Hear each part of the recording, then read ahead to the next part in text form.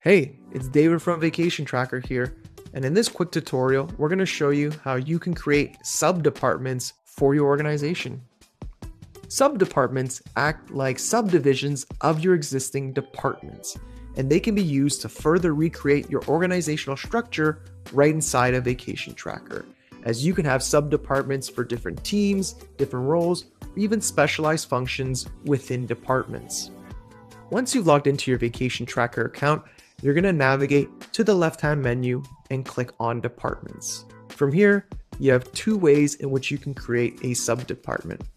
Either to create an entirely new department and then select the sub-department option at the end, or to edit an existing department to make it a sub-department and part of a separate department.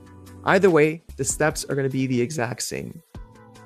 Once you reach the department settings for the specific department, you're going to scroll all the way to the bottom of the settings and you'll see the section labeled sub-department settings. From here, you just need to click on the parent department you would like this department to be part of.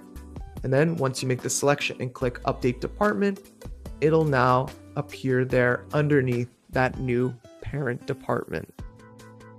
It's important to note that a user can only be part of one department at a time, and that includes sub-departments, versus an approver who can be part of multiple departments or multiple sub-departments. It's also worth keeping in mind that while visually a sub-department looks like it's part of the parent department, it actually operates independently with its own set of users and approvers. Thanks for checking out this tutorial. If you want to learn more about departments and sub-departments, then be sure to check out our Help Desk Center, which has tons of articles covering this subject in much more depth.